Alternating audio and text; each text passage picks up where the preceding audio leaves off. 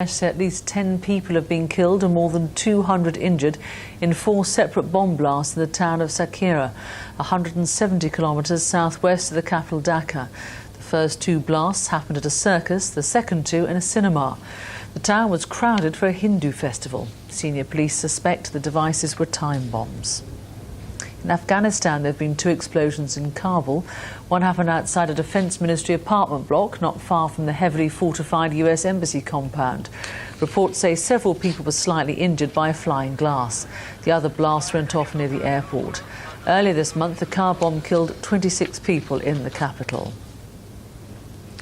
Government troops in Ivory Coast have clashed with rebels about 40 kilometres north of the capital, Yamoussoukro. The fighting took place on the road between the capital and the city of Bouaké, which is controlled by mutinous soldiers who staged an uprising more than a week ago. Meanwhile, France has agreed to a request by the Ivory Coast to provide logistical support for dealing with the uprising.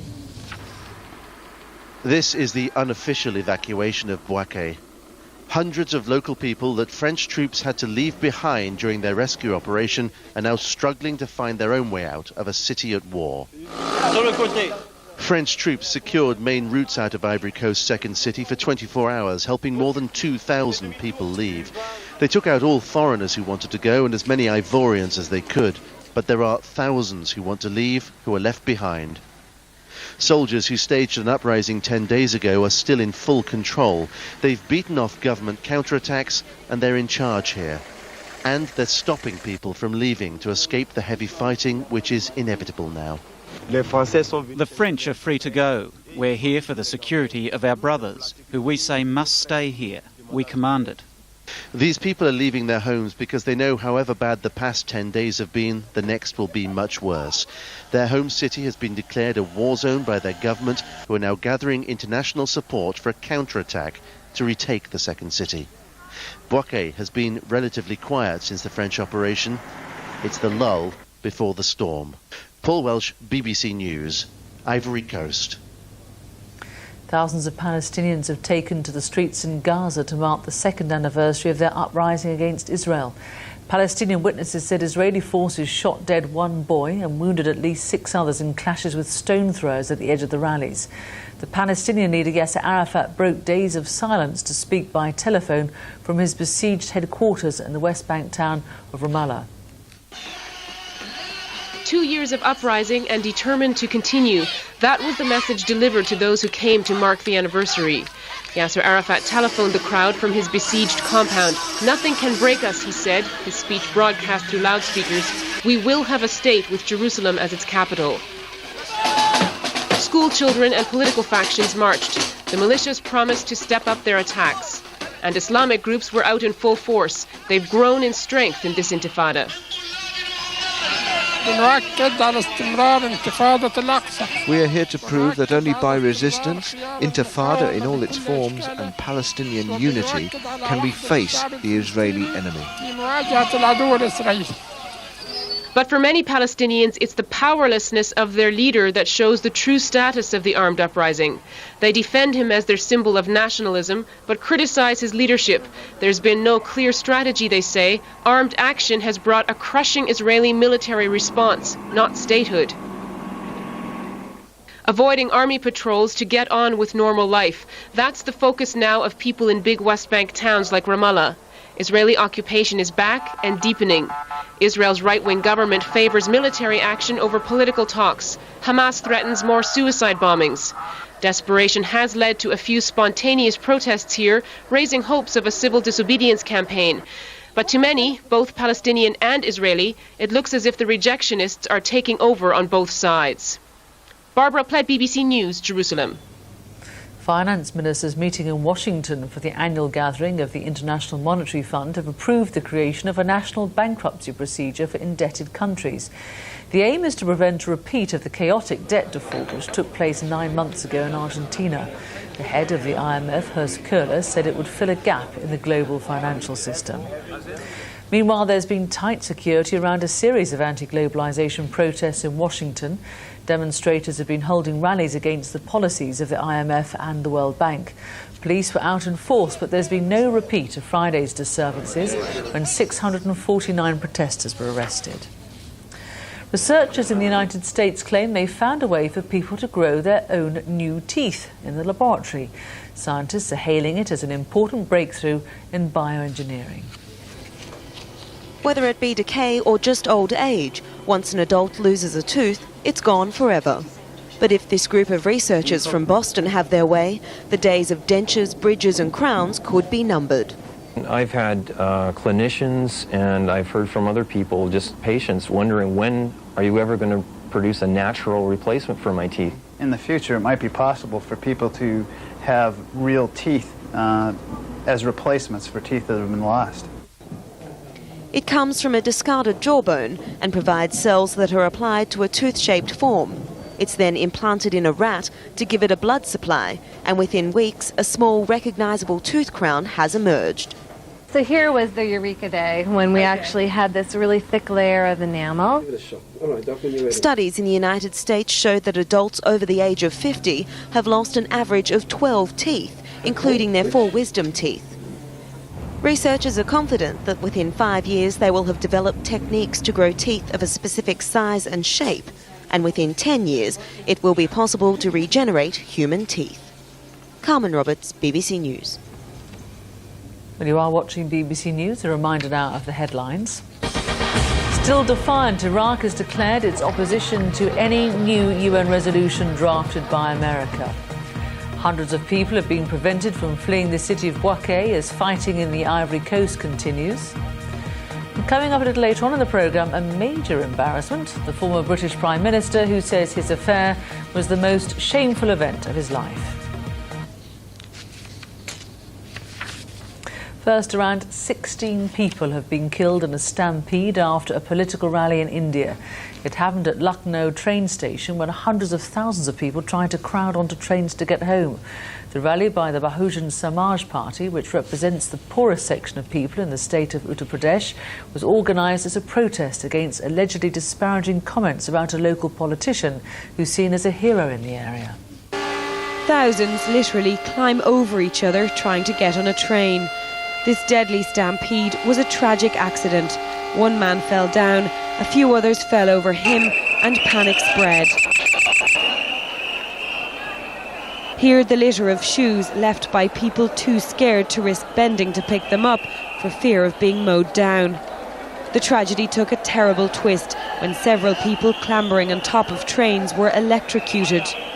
Ambulances struggle through, taking the injured to hospital. At least 14 bodies have been discovered. More casualties are feared. Around 20 had broken bones, and several people died of their injuries in hospital.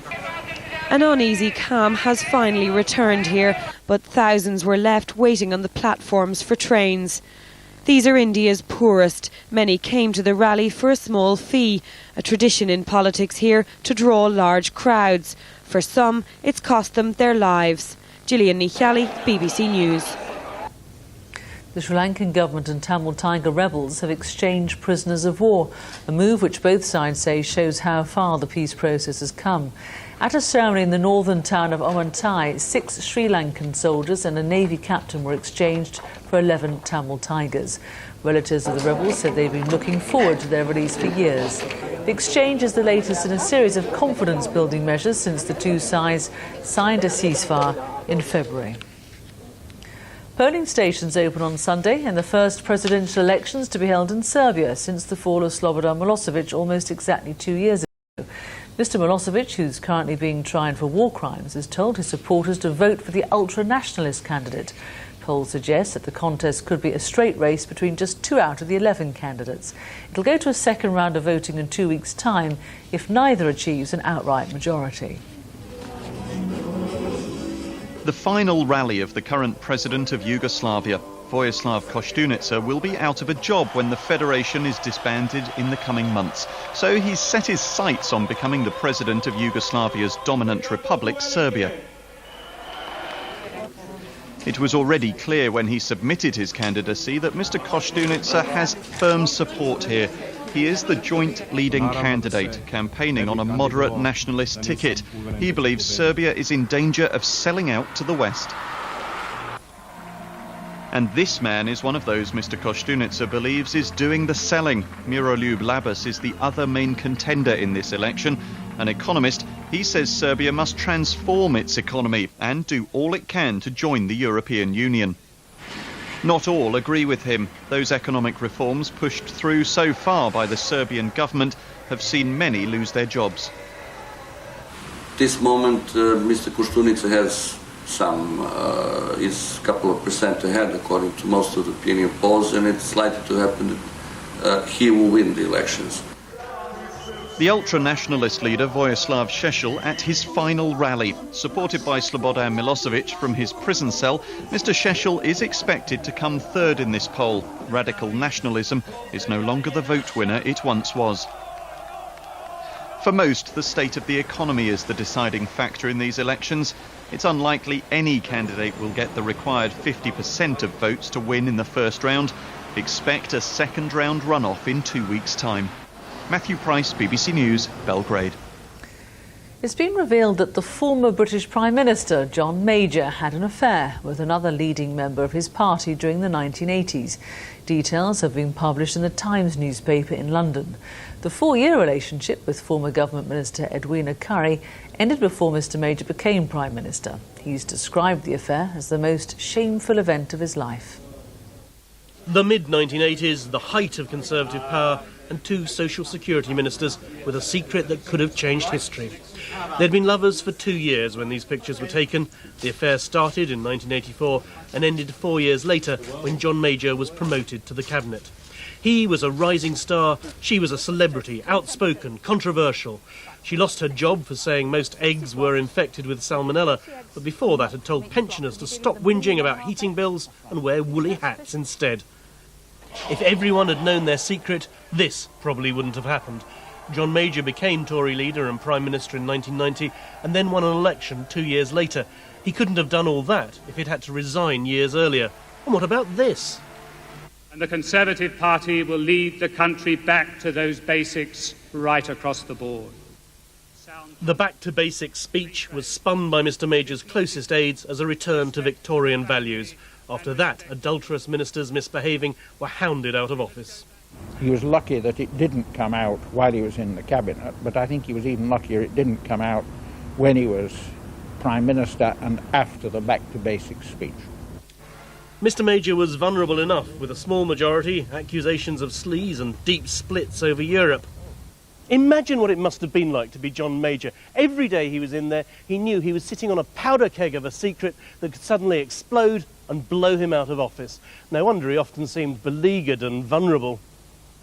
Edwina Currie says she felt terribly hurt when Mr Major didn't make her a minister, but that this is not about revenge or selling her new book. She says it's about honestly recording a piece of history. Mark Mardell, BBC News, Westminster. The musical instrument first played in Egypt in pharaonic times is enjoying a new popularity. There's also a determined effort to catalogue centuries-old folk songs to make sure they're not lost.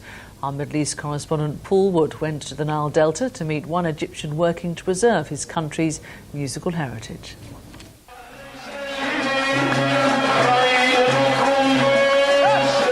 The music washes over them hypnotically. Self is dissolved away in the steady rhythm. This is a religious festival for Sufi Muslims in the Nile Delta. The dancers enter a trance-like state which they hope will bring them closer to God. Recording it all is Zacharias Ibrahim, a music historian who wants to preserve the centuries-old melodies which go with the chanting. The festival is to celebrate the life of a holy woman born in the village. The sick come to her shrine, hoping to be cured by morning. By then, the dance will be finished. The music is quite deafening, even at this distance, and they're only just getting started back there. It's going to go on right through the night. All of this represents a musical tradition some 700 years old. And not only that, in this part of Egypt, they're still using instruments first invented in pharaonic times, some 4,000 years ago.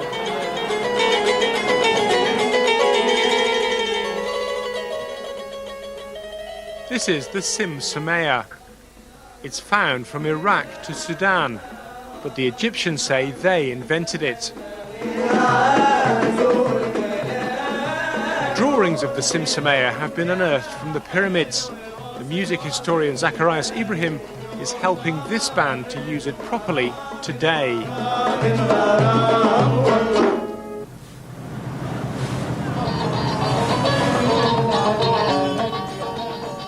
The revival of the Simsimea is centred around Port Said on Egypt's northern coast. It is important to us in Egypt to have our roots of our identity and to find ourselves. This is our roots. The songs of 4,000 years ago can only be guessed at, but not the musical instrument. Egyptian society is changing rapidly. Many here find comfort in being able to reach out and touch the past. Paul Wood, BBC News, Port Said.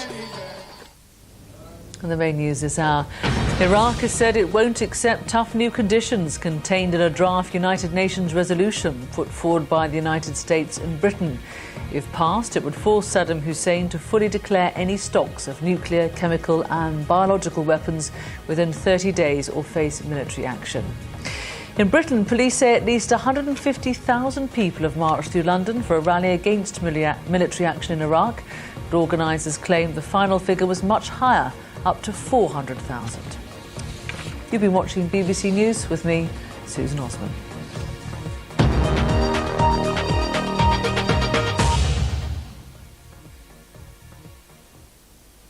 Hello, good morning. We're going to see a few changes in our weather over the next few days or so. More on that in a moment, but really through the rest of the night, not a great deal of change. It's going to be dry. There'll be a lot of cloud for most, though yesterday we saw the sunshine across southern parts of England, and those clearer skies are drifting northwards across a large part of England and Wales. As that happens, we'll see some patchy mist and fog forming, that probably lifting into low cloud come the morning. So for many of us on Sunday morning, probably rather a cloudy start, a bit grey, a little bit misty in places too, but through the morning and into the afternoon we should see the sunshine coming through. It promises to be quite pleasant across much of England and Wales, and brightening up too for a time across the southeast of Scotland. Now I think there will be some cloud around, but it's going to be thin, high cloud. It means the sunshine is going to be a bit hazy from time to time. Thicker cloud though as you head further west in towards Northern Ireland, western and northern Scotland, and here eventually we'll see a few showery bursts of rain moving in and the breeze starting to pick up too. But still temperatures of 16 or 17 for Scotland and Northern Ireland. That's very healthy for this time of the year. Even better though as you move across England and Wales and in that sunshine, temperatures of 20 or 21 degrees. It'll feel very pleasant indeed. Fine weather then for the end of the Ascot Racing Festival. The going is good to firm, though the course has been watered over the last few days. Plenty of sunshine here, temperatures of 20 degrees, and into the Midlands at the Belfry for the final day of the Ryder Cup. Very similar conditions here as well.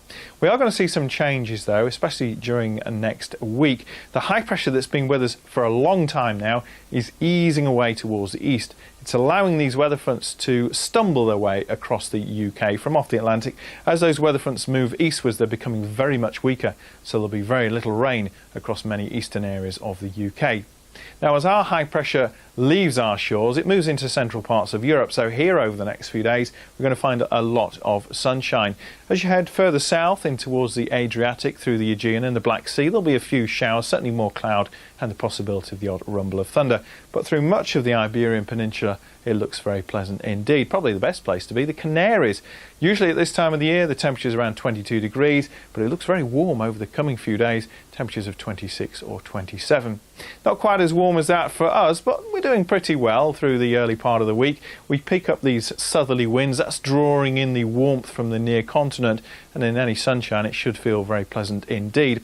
But we are going to see a few changes then over the coming few days. It turns more unsettled. Most of the rain though from those weather fronts that we've seen earlier on will be across western areas, with precious little rain towards the east. And it'll be eastern areas that start the week on a dry and bright note with some sunshine, still pleasantly warm. Further west, the cloud's going to be edging a little further in, bringing some outbreaks of rain. Could well be heavy for a time in the northwest and then later on in the day across the southwest. That rain, though, as it moves its way eastwards Monday night and clears away Tuesday morning. Very much lighter and patchy, not much left by then. And then brighter skies will follow on. Still a few showers here and there towards these western areas in particular. And then we see our next weather front moving in, bringing our next band of cloud and rain to western areas, picking the winds up towards the east, though it should be dry and bright. Here's the summary.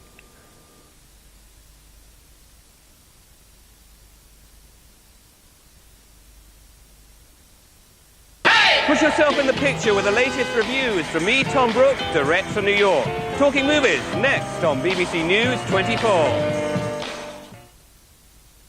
24 hours a day. The government's dossier of evidence against Saddam Hussein has been unveiled. As it breaks. The Prince of Wales's office has defended his habit of writing to ministers. Whenever it breaks. The prison service is investigating allegations that Lord Archer went to a party when he should have been at home. BBC News 24. Freestyler. Rock a microphone. Carry on with the freestyler.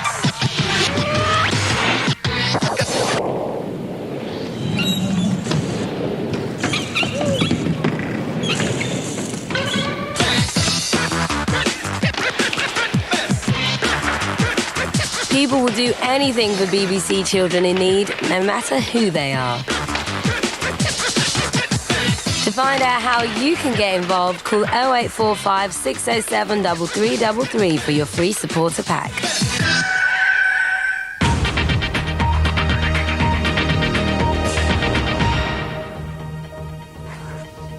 A very good morning. This is BBC News 24. I'm Susan Osman. In a moment, our programme Talking Movies. But first, at 3:30, a summary of the main news. Police say at least 150,000 people have attended a rally in central London protesting against possible military action in Iraq. The organisers claim the final figure was nearer 400,000. The Stop the War Coalition and the Muslim Association of Britain say public opposition to military action has escalated since Number 10's dossier of evidence against Saddam Hussein was published. While addressing protesters in Hyde Park, veteran left-winger Tony Benn outlined why the campaign is opposed a military attack against Saddam Hussein. We are against the war. We believe it would be wholly immoral and wrong and criminal for the United States and Britain to attack Iraq and inflict casualties upon innocent people, and that is why we are here. Iraq has flatly rejected deadlines drawn up by the US and Britain over weapons inspections. The conditions are part of a draft resolution which we put to the United Nations Security Council. It gives Saddam Hussein 7 days to accept unlimited weapons inspections and 30 days to declare any nuclear, chemical and biological weapons. Police in Turkey say they've seized around 16 kilograms or 40 pounds of uranium. They believe the uranium had been smuggled into the country from Eastern Europe and could be weapons grade. 2 men are being questioned. A man from East London has been charged under the Terrorism Act. 27-year-old Mulad Sahali, who's from Ilford, is accused of possessing articles for the preparation and commission of acts of terror. Tony Blair has arrived in Blackpool for the Labour Party conference, which is due to begin later today. It's thought Mr Blair will face fierce criticism from delegates over private sector funding and the possibility of war against Iraq. The government faces the prospect of defeat on both issues at the hands of conference delegates, but Mr Blair has said he won't back down on either issue. John Majors described his affair with Edwina Currie as one of the most shameful events of his life. The 4-year relationship, which began in 1984, was revealed in Mrs Currie's memoirs, which are being serialised in the Times newspaper. Well, our political editor Andrew Marr says it's likely to damage the reputation of the former Prime Minister and Mrs Currie. I don't think either of them come out of it terribly well, I have to say, because they were both cheating on their partners. You can understand in a human sense. They both had spouses at the time who weren't particularly interested in politics. It is a driven profession, particularly at that era, spending very, very long days away from their partners. They were thrown together, and, you know, the old cliché, power is a bit of an aphrodisiac, and there was a great deal of aphrodisiac hanging in the rather fetid air of the Commons at that period. More than 300 bodies have now been recovered from the wreck of a passenger ferry which sank in Senegal in West Africa on Thursday. It's thought at least 500 people have died in the accident. Barriers have been put up at the port of Dakar to hold back hundreds of relatives waiting for news. Senegal has declared 3 days of national mourning. Officials are checking reports that the ferry was significantly overloaded when it capsized. The exam boards at the centre of the row about this year's A-level results in England are identifying which papers will have to be regraded. It's thought that tens of thousands of students could be affected. The exam boards have until Tuesday to identify which papers need to be looked at. The Archbishop of Canterbury, Dr George Carey, will hold his farewell service at Canterbury Cathedral this morning. He's due to step down from his post at the end of October. Dr Carey has been the head of the Church of England for 11 years. One of his main achievements was thought to be the first ordination of women priests in 1990.